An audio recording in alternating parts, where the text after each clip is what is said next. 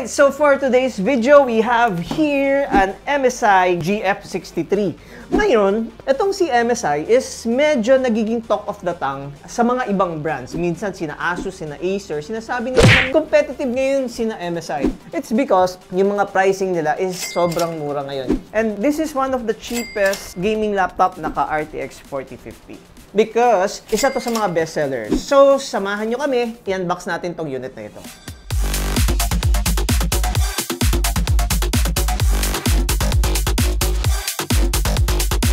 So, on our last video nga pala, pinag-usapan natin kung ano yung ranking ng mga Huawei laptops nationwide this 2022. Surprisingly, we gathered some data. We didn't ask actually directly from Huawei. We asked data from the GfK. GfK is actually a survey wherein na kinokollect nila yung data kung gaano karaming mga products ang pumapasok dito sa Pilipinas. And we also asked the other brands kung ano ang ranking ni Huawei. Surprisingly, ang ranking ni Huawei is on 3rd place. Even ako nagulat kasi dito sa Laptop Factory hindi ganun kabenta si Huawei. There are a lot of major brands and yet they reached to 3rd. So congratulations do sa mga sumagot ng 3rd place. So may kita nyo yung mga pangalan nyo dyan sa nasa wheel na yan. And then we are giving 3 Hydrate Sparks. So congratulations sa inyo. So after this video, mamimigay tayo ng MSI doll. Hindi ito yung malaki. Yan! Okay, so medyo nag-i-improve yung mga prices natin dito. Actually, gusto nga ito ng video editor eh. So kung hindi nyo i-claim to, sa kanya daw mapupunta ito. In order for you to win this MSI doll, just simple. Katulad ng previous videos natin, may simple question ako. For the question, what is the last name of the current general manager of MSI Philippines? Letter A, is it Chua? Letter B, is it Shen? Letter C, is it Shu? Or letter D, Ang? If you know the answer, please comment down below. You have 30 minutes from the time that this video was uploaded. Okay, so hindi pwedeng i-edit, pero pwedeng i-delete. Nag-recommend kayo after 30 minutes, I'm sorry, void na yun. Okay, so itabi na natin to and then let's unbox this MSI GF63. So, what's inside the box? First of all, meron siyang backpack na kasama, MSI backpack. Just a quick trivia. May kita nyo tong dragon na to, no? And this is actually letter G, G for gaming. So, we got here, laptop, manuals, and surprisingly, meron siyang kasamang screw and an HD dock. I'm pretty sure na this is upgradable na pwede magkabit ng 2.5. And then, of course, the charger, 20 volts, 6.0 ampere, 120 watts. Uy, may MSI down sa loob.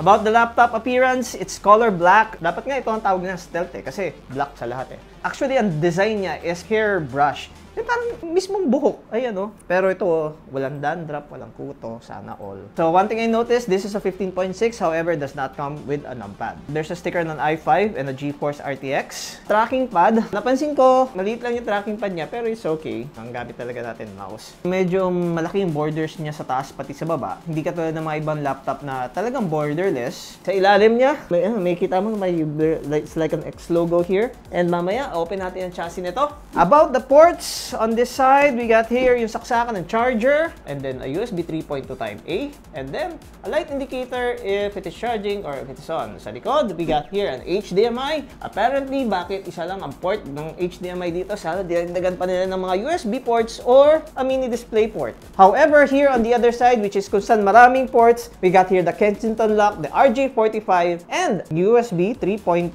type C na pwedeng display port. And then, meron pa tayong dalawang USB 3.2 Type A. Makikita nyo dito, separate yung in and out ng mic. Kasi halos lahat ng mga laptops, combined yung audio combo jack. Napansin ko dito kay MSI, naka-separate parate yung mic in, pati yung sa headphone out. Now, let's talk about the dimension of this unit. The width is 14.1 inch, the depth is 10 inch, and the height is 0.8 inch. About the weight of this unit, this is 1.8 kilograms. Viewing angle is same as like the others, 130 degrees. Now, let's proceed and talk about the specs of this MSI GF63. Model is MSI GF63 thin. Hindi naman mukhang thin eh. Mukhang fat. 12V456PH. So the processor is i5 12 Gen, that's 12450H. Base is 3.3 while the turbo is 4.4. Of course, since it's 12 Gen, it comes with 4 P-cores and 8 E-cores. The memory is 8GB DDR4 3200 MHz. Normal storage is 512 SSD. However, the video card on this unit is NVIDIA RTX 4050. Ngayon, katulad ng sinabi ko before, ang 4050 is medyo malaki ang agwat sa mga 3050, 1650, or 2050. Because a 4050 is already a 6GB. Screen is 15.6 Full HD. This is, of course, an IPS display and 144Hz. This comes with a Windows 11 Home but does not come with a Microsoft Office. So, mapapansin nyo halos lahat ng product ng MSI is walang kasamang Microsoft Office, only a trial version. Pero, ang isa sa maganda naman sa MSI, since wala silang Microsoft Office, binabawi na sa presyo. Naging medyo competitive sila sa prices ngayon. Alright, so camera quality on this MSI GF63, katulad ng mga ibang laptops na saktuhan lang, not so wow, and di naman sobrang pangit. And by the way, minsan baka pag ginon yung camera, it won't work because kailangan nyo pa to i-enable sa MSI Center. So what you're hearing right now is the audio quality coming from this unit. And speaking about MSI Center, you can see here that there are some user scenarios from extreme performance, balance, or silent, or super battery. So these words are self-explanatory, and you can do some your own configuration on these settings. Now, this laptop is running a 4050. Ang laki ng difference ng 3050 compared to a 4050 is because 4050 is already a 6GB dedicated. Siyempre, susubukan natin ito sa mga games.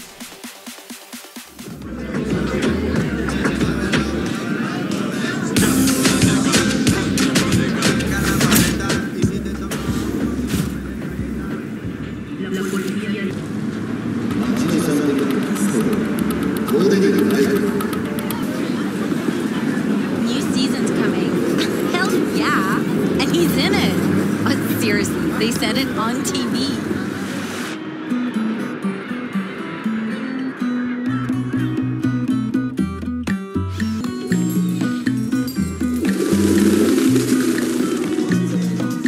This is a reminder that curfew will be in effect tonight.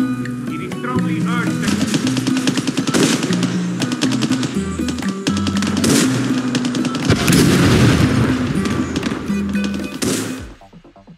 Alright, so what's underneath the chassis of this MSI? Okay, so we got here one fan. So the GPU and the CPU. So these two chips are only connected on one fan. Now, this fan is actually medyo makapal tong fan na to compared sa mga ibang fan. About cooling, okay tong fan na to. It's just that medyo nakukulangan na ako sa fan ng MSI, no?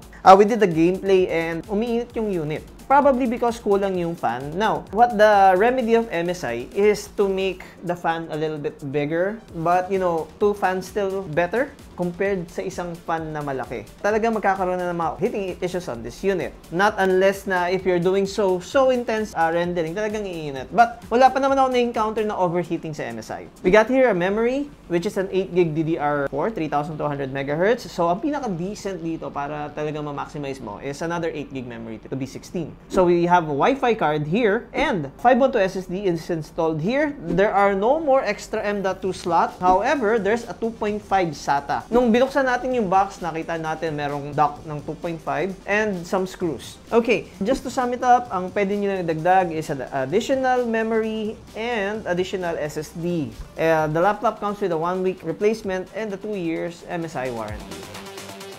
First, let's talk about the cons para mabago naman. It does not come with a Microsoft Office. Problema talaga ni MSI yon.